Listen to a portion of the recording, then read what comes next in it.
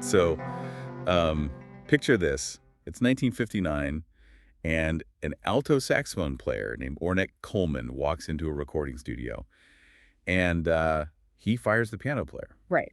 Just completely removes him. Yeah, just fires him, and then he essentially tells the rest of his band, like, hey, we are going to play a song today, but none of us are going to follow the same chords. Which, I mean, purely from a music theory standpoint, that sounds like a recipe for an absolute, unmitigated disaster. You would just expect a complete train wreck. Oh, it absolutely should have been a train wreck. Yeah. But instead, well, that session completely changed the trajectory of modern music.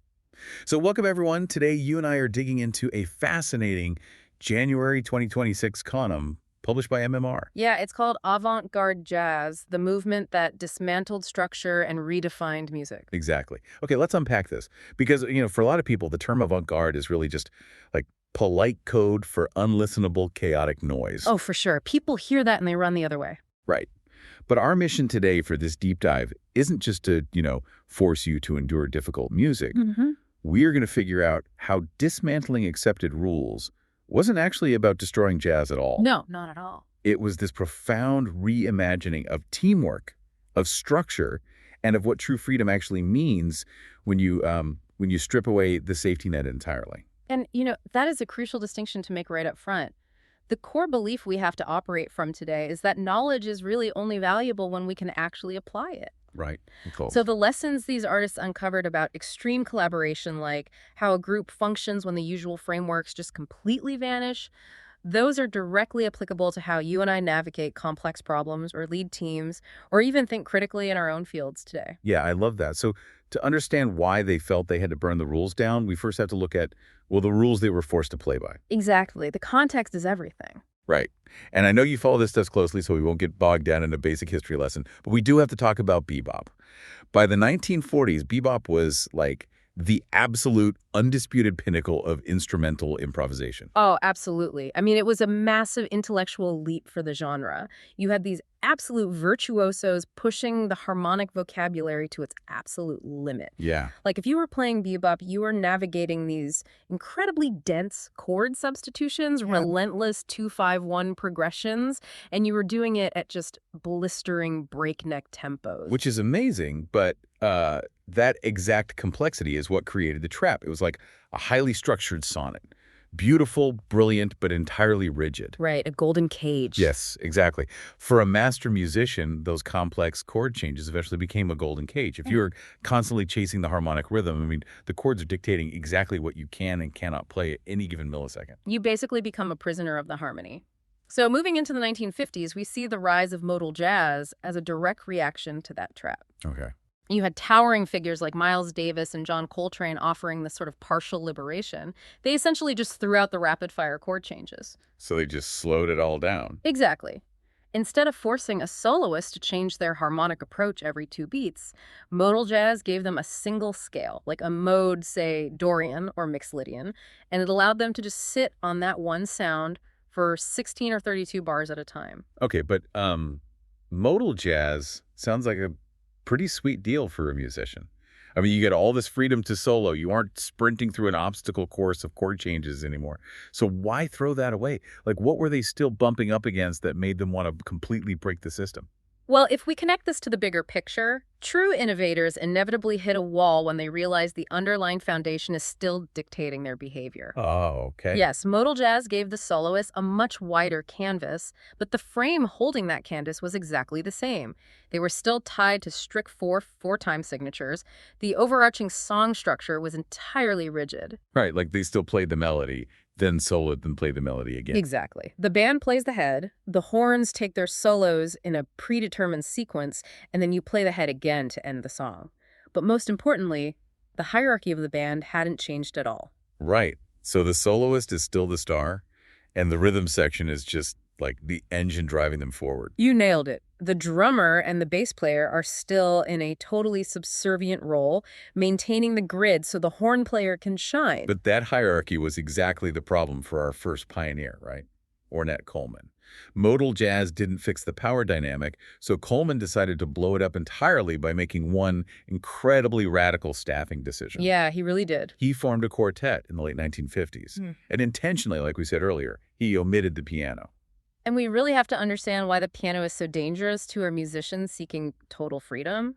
In a traditional jazz ensemble, the piano is the tyrant of harmony. The tyrant, I love that. It really is, because even if the horn player wants to take the melody into some strange, dissonant new direction, the piano player is laying down a chord that anchors the listener's ear to a specific tonal center. So they keep pulling you back. Exactly. By removing the piano, Coleman intentionally weakened that harmonic dominance. Suddenly you just have a trumpet, an alto sax, a bass, and drums. The safety net is completely gone. Okay, here's where it gets really interesting. Let's look at his 1959 album. And you just have to love the sheer confidence of this title, The Shape of Jazz to Come. Oh, it's such a bold title. So bold.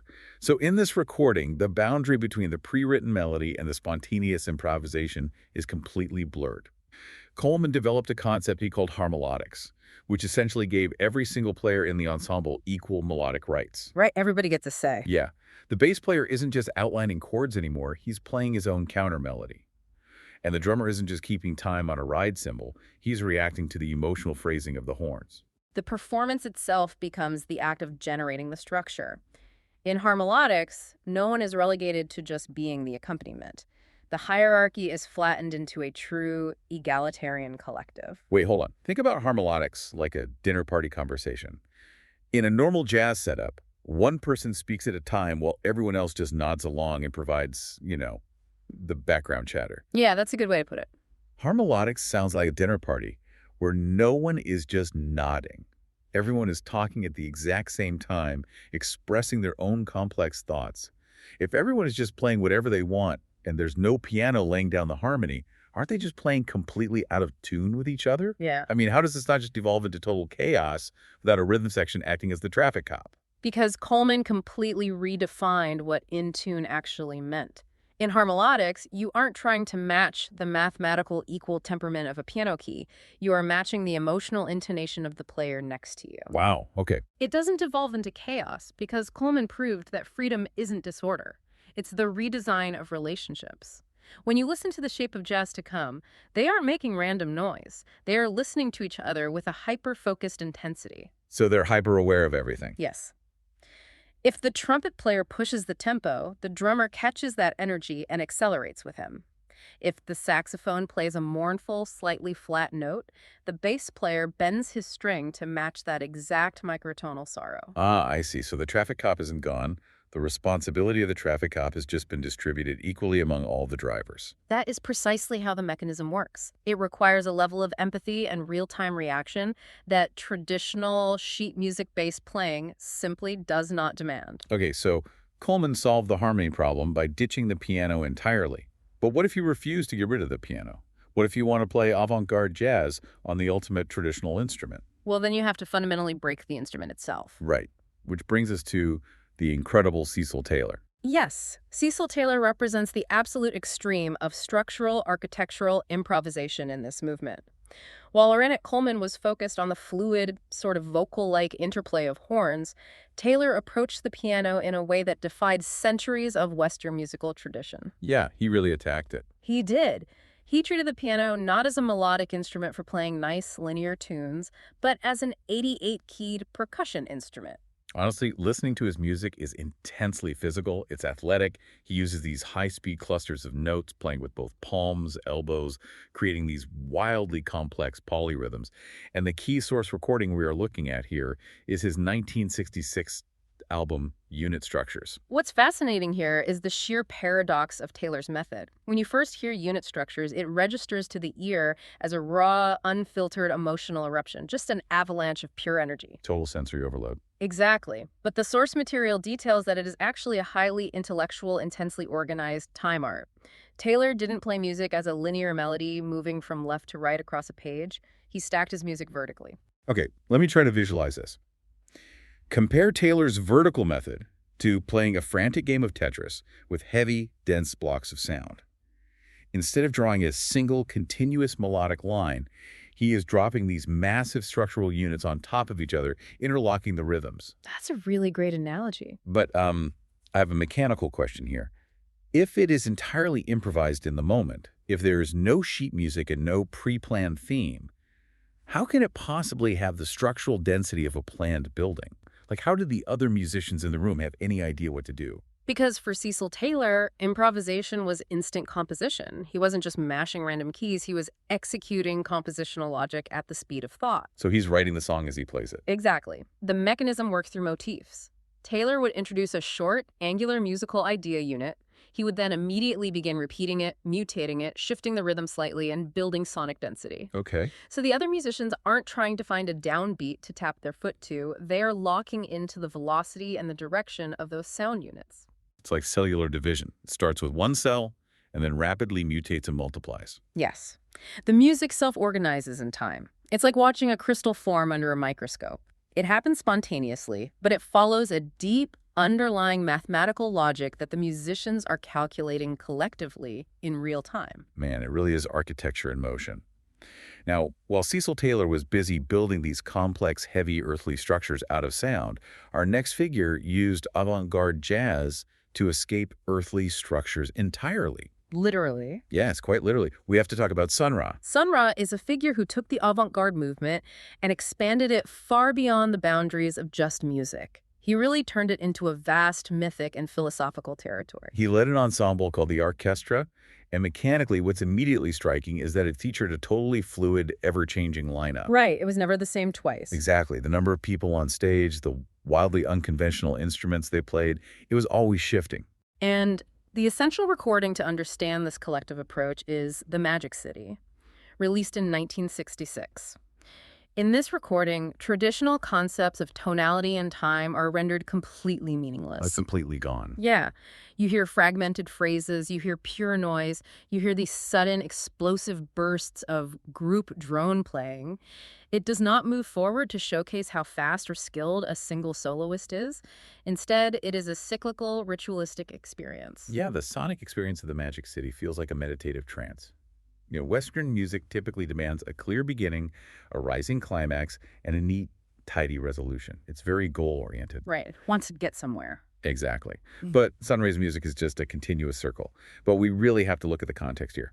You cannot analyze a radical piece of American art from 1966 without talking about the reality of 1966. You really can't. We are looking at the height of the civil rights movement, sweeping anti-war protests, and a deep foundational questioning of authority across society. So was this chaotic sound a reflection of that 1960s social turmoil, or was it offered as a spiritual solution to it? This raises an important question, and, well, the sources suggest it functioned as both. Impartially speaking, rejecting musical form during this era was simultaneously a political stance.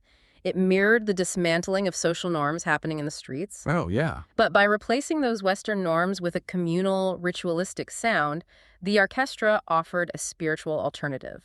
And this extended right into how they operated as a business. Oh, right, the indie labels. Exactly. To protect their freedom from commercial constraint, these artists created independent record labels and co-ops. They took ownership of the means of production, so no executive could tell them to play a standard blues tune. And we have to address the mythology of space here. Because Sun Ra famously claimed he was from Saturn, and space is the place became his ultimate manifesto. Yeah. From a historical and philosophical perspective, the concept of outer space for Sun Ra and his musicians was a framework of liberation. Right. In an era marked by intense social and racial oppression, adopting a cosmic mythology became a way to mentally and artistically escape a rigid, oppressive existing social order. Space represented a blank slate where the rules of Earth simply did not apply. That makes total sense. But, you know, a philosophy this radical, a methodology for unbinding expressions profound, it wasn't going to stay contained in the American jazz clubs forever. As this music crossed the Atlantic in the 1970s, it mutated into something almost unrecognizable. Yes, the rise of the European avant-garde movement. And what is most revealing is what the European improvisers chose to leave behind. Right, what did they drop? Well, they largely abandoned the traditional American blues structures, and even more radically, they abandoned the classic jazz swing feel entirely. Wait, to abandon the swing feel in jazz? I mean, you are cutting the umbilical cord. If it doesn't swing and it doesn't have the blues, is it even jazz anymore? What are they even playing at that point? They were drawing heavy influence from contemporary classical music, from the use of pure noise, and from improvisational theater. They became intensely focused on the microscopic nuances of tone and the physical reality of space in the room. So less about the notes, more about the sound itself. Exactly. They utilized moments of dead silence, micro noise like literally the physical sound of saxophone keys clacking without any breath going through the horn, and the intense, sustained holding of single, unwavering notes. It's like the use of negative space in a painting. In a traditional portrait, the focus is the paint itself. But in this European style, the blank canvas, the silence, is just as important, if not more important, than the paint. That's spot on. So what does this all mean mechanically? Yeah. How does a band actually play this way without a groove? Well, the source breaks down the ultimate mechanical loop of how this European avant-garde improvisation functions. It works in a continuous, rapid-fire four-step cycle. First, individual improv. Second, group reaction. Third, momentary structure. And fourth, repeat. Okay, let's put some sound to that so we can really grasp it. Step 1, individual improv. So a sax player blows a harsh, tuneless squeak into the room. Right. Step 2, group reaction. The bass player responds not with a beat, but by scraping a bow below the bridge to create a metallic screech that matches the tension. Yes, building the mood. Step 3, momentary structure. For 5 seconds, those two sounds lock together into a tense industrial atmosphere. It's a cohesive sonic environment. And then step 4, repeat. They drop it, total silence. And the cycle begins again. That is a perfect execution of the mechanism. It proves that avant-garde jazz evolved beyond just being a specific musical style. It became a pure methodology for spontaneous creation. So whether a critic wants to call it jazz or free improvisation or experimental sound art, the DNA of the movement remains completely intact. It is all about dismantling the expected structure to find the raw essence beneath it. And that brings us to the ultimate takeaways for today's deep dive. If there's one thing you take away from this exploration, it's that avant-garde jazz was never about destroying music for the sake of destruction. Not at all. It was about unbinding human expression from a set of rules that had stopped being helpful and had started being restrictive. Absolutely. And if we look at the core lessons from Ornette Coleman redistributing the melody, or Cecil Taylor stacking his instant compositions, and Sun Ra building his communal rituals, they all point to one undeniable truth. True freedom is never just random chaos. Right. Operating without a net actually requires a much higher level of deep mutual understanding, intense focus, and above all, active, empathetic listening. When you remove the rules, you have to rely entirely on each other. And that connects directly back to you listening to this right now. Because this isn't just a history lesson about music from the 1960s. Whether you are prepping for a high-stakes corporate meeting or you are trying to untangle a massive, complex project at work, sometimes you have to look at the accepted structure of your field, the standard operating procedure, the way things have always been done, and completely dismantle it to discover its true potential. It requires immense bravery to let go of the predefined structure, but the payoff, as these artists prove time and time again, is the discovery of an entirely new vocabulary of expression. You might invent a solution no one else could see because they were too busy looking at the blueprint. Which leaves us with a final, provocative thought to ponder on your own. If the avant-garde jazz of the 1950s and 60s emerged as a deeply necessary human reaction to highly rigid, codified musical rules, what kind of radical, rule-breaking avant-garde movement is quietly brewing right now in response to our modern, hyper-structured, algorithm-driven world? That really is the question of our time. When everything in our lives is optimized, categorized, and predicted by code, perhaps the most radical avant-garde thing a person can be is entirely unpredictable. Unpredictable, deeply connected, and listening intently. So next time someone hands you the standard operating procedure, maybe ask yourself, well, what happens if we play without it? Thanks for joining us on this deep dive. We'll see you next time.